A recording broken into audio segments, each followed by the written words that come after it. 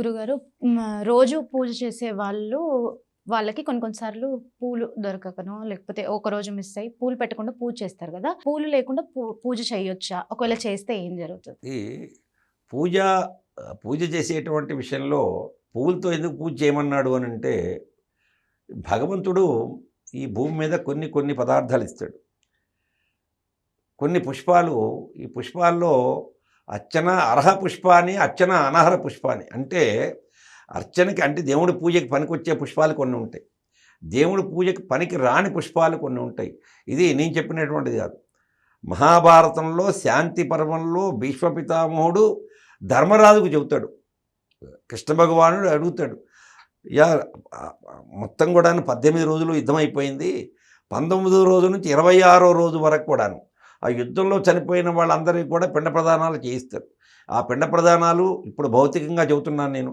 కురుక్షేత్ర అనేటువంటి ఒక ప్రదేశంలో దానికి 26 కిలోమీటర్ల దూరంలో పేహోవా అనేటువంటి గ్రామం ఉంది. ఇప్పుడున్నటువంటి పేరు అది పేహోవా అనేటువంటి గ్రామం. ఆ గ్రామంలో సరస్వతి కుండ అనేటువంటిది ఒకటి ఉంది. ఆ సరస్వతి కుండంలో ఈ చనిపోయిన వాళ్ళందరికీ కూడా పిండ ప్రదానాలు చేయిస్తారు. అదే కాకుండా ఈ యొక్క భారత సంగ్రామం జరిగింది, కురుక్షేత్ర సంగ్రామం జరిగినటువంటిది దగ్గర దగ్గరగా 110 కిలోమీటర్ల విస్తీర్ణంలో జరిగింది. అది జరిగినటువంటి చోట అదే కాకుండా కురుక్షేత్రకి ఒక 125 కిలోమీటర్లో పాండుపిండార అనే గ్రామం ఒకటి ఉంది. ఆ పాండుపిండార అనేటువంటి గ్రామంలో కూడా పిండ ప్రదానాలు కొంతమందికి కొంత సైనికులకు చేశాడు ధర్మరాజు. ఆ విధంగా కృష్ణ భగవానుడు ఆ యుద్ధంలో చనిపోయినటువంటి వాళ్ళందరికీ కూడా నువ్వు మిగిలి ఉన్నావు కాబట్టి నువ్వు పిండ ప్రదానం చేయాలయ్యా అంటాడు. అడిగినప్పుడు ధర్మరాజు అంటాడు, వాళ్ళు ఎవరో కదా, వాళ్ళు ఏదో 10 రూపాయలు నేను ఇస్తే నా తరపున వచ్చి యుద్ధం చేశారు, వాళ్ళకి పిండ ప్రదానం ఎలా చేయాలి, ఏంటి ధర్మశాస్త్రం ఏమన్నా ఉందా అని అంటే, లేదు నాయన, మన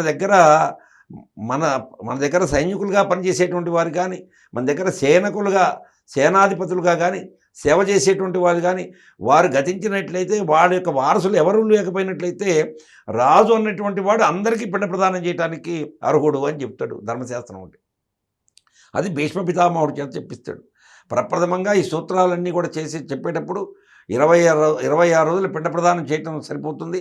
26వ రోజు దగ్గర నుంచి తదుపరి 52 రోజుల వరకే ఉంటాడు ఆయన. 10వ రోజు సాయంత్రం పూట భీష్మ పితామహుడు అంపశయ్య మీద పడి ఉన్నాడు. ఆ రోజు నుంచి 52 రోజుల వరకు ఉంటాడు. ఈ 52 రోజులు అయిపోతుంది, దగ్గర దగ్గర 35 రోజులు గడిచిపోయింది. ఇక 30 రోజులే ఉంటాడు. ఆ ఉన్నటువంటి భీష్మ పితామహుడు కూడాను శరీరం మొత్తం కూడా బాణాలతో ఘాతం అయిపోయింది. ఆ శరీరం అనేది కూడా బాణాలతో కుచ్చుకుంది. కాబట్టి ఆయనకి మాట్లాడటానికి కూడా శక్తి అనేటువంటిది ఉండదు. త్వరగా వెళ్ళి ధర్మరాజా వెళ్ళి మనం తెలుసుకుందామని చెప్తాడు. అప్పుడు ఈ 26వ రోజు అయిపోయిన తర్వాత ఒకరోజు 28వ రోజున తీసుకువెళ్ళి ధర్మరాజుకి రాజ్యాభిషిక్తుని చేసిన తర్వాత ఆ కృష్ణ భగవానుడు చెబుతాడు, రాజుగా ఉన్నటువంటి వాడు కొన్ని నియమాలు ఉన్నాయి, కొన్ని ధర్మాలు ఉన్నాయి, న్యాయ సూత్రాలు ఉన్నాయి, కొన్ని ధర్మసూత్రాలు ఉన్నాయి. ఈ ధర్మసూత్రాలను ఖచ్చితంగా రాజు అనేటువంటి వాడు పాటించవలసింది. అది భీష్మ పితామహుడు ఒక్కడే చెప్పగలడు అని ఆ భీష్మ పితామహుడు దగ్గర తీసుకుని వెళ్ళిన తర్వాత ఆ భీష్మ పితామహుడు ఈయన అడిగినటువంటి సమాధానాలన్నీ ప్రశ్నలు వేస్తుంటాడు.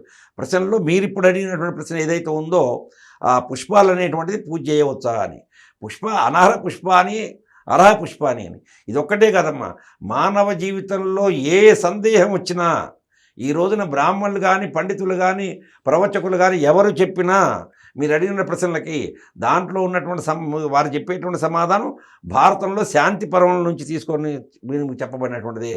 కాబట్టి పంచమ వేదం అనేటువంటిది భారతాన్ని అందువలన అన్నారు. అదే కాకుండా భారతంలో శాంతి పర్వంలో ప్రజలకు కలిగేటువంటి యొక్క సందేహ నివృత్తి కలిగినటువంటి యొక్క పూర్తి సమాధానం భారతంలో శాంతి పర్వంలో ఉంది. కాబట్టి పూజకి అర్హ పుష్పాని అనర్హ పుష్పాని, మల్లె జాజి చంపక అని చెప్పుకొచ్చాడు. మల్లెపూలు కానీ జాజి పూలు కానీ చంపకాలు కానీ తర్వాత మర్వం కానీ తర్వాత కనకాంబరాలు కానీ ఇవన్నీ వస్తాయని ఒక్కరోజు మాత్రమే పూజకి, తెల్లవారు పొద్దున్నే నిర్మాలయం అవుతాయని. తర్వాత తామర పువ్వులు అని చెప్పాడు. ఈ తామర పుష్పాలు 5 రోజుల వరకు పూజ చేయొచ్చు. ఒకరోజు పూజ చేసి మళ్ళీ తీసి ఒక చుక్క నీళ్లు చల్లి మళ్ళీ ఆ విధంగా మళ్ళీ ఇంకో రోజు పెట్టి ఆ విధంగా 5 రోజులు కూడాను తామర పుష్పానికి పెట్టవచ్చు. తర్వాత మరొకటి మీరు అడగని ప్రశ్న కూడా దీంట్లో పూజలు కాబట్టి చెబుతున్నాను నేను. తులసీ దళం అనేటువంటిది ఒకటి ఉంది. తులసీ దళం విష్ణుమూర్తికి చాలా ప్రీతికరమైనటువంటిది. ఈ తులసీ దళం అనేటువంటిది ఒకరోజు పూజ చేసిన తర్వాత మళ్ళీ తీసి 365 రోజులు, అంటే ఒక సంవత్సరం పాటు అది నిర్మాల్య దోషం పట్టదు. 366వ రోజున మాత్రమే అది నిర్మాల్యం ఎక్కడా దొరకలేదు కాబట్టి పక్కన పారేస్తాం. 365 రోజుల వరకు కూడాను నిన్న పూజ చేసినటువంటి తులసి దళాన్ని మళ్ళీ ఒక్క చుక్క నీళ్లు చల్లి ఎండిపోయినప్పటికి కూడాను మళ్ళీ స్వామివారి దగ్గర విష్ణుమూర్తి దగ్గర పెట్టవచ్చు. అది ధర్మశాస్త్రం చెప్పింది, నేను చెప్పినటువంటిది కాదు. కాబట్టి పుష్పాలు లేని సందర్భంలో అక్షంతలు అని అంటారు, కానీ అక్షంతలు తదనంతరమైనటువంటిది. ప్రప్రథమంగా పుష్పాలే. తర్వాత మనకి దొరికినటువంటి పుష్పాలు ఏదైతే మనకి దగ్గరగా దొరుకుతాయో ఆ దొరికిన పుష్పాలతోనే స్వామివారికి పూజించడం.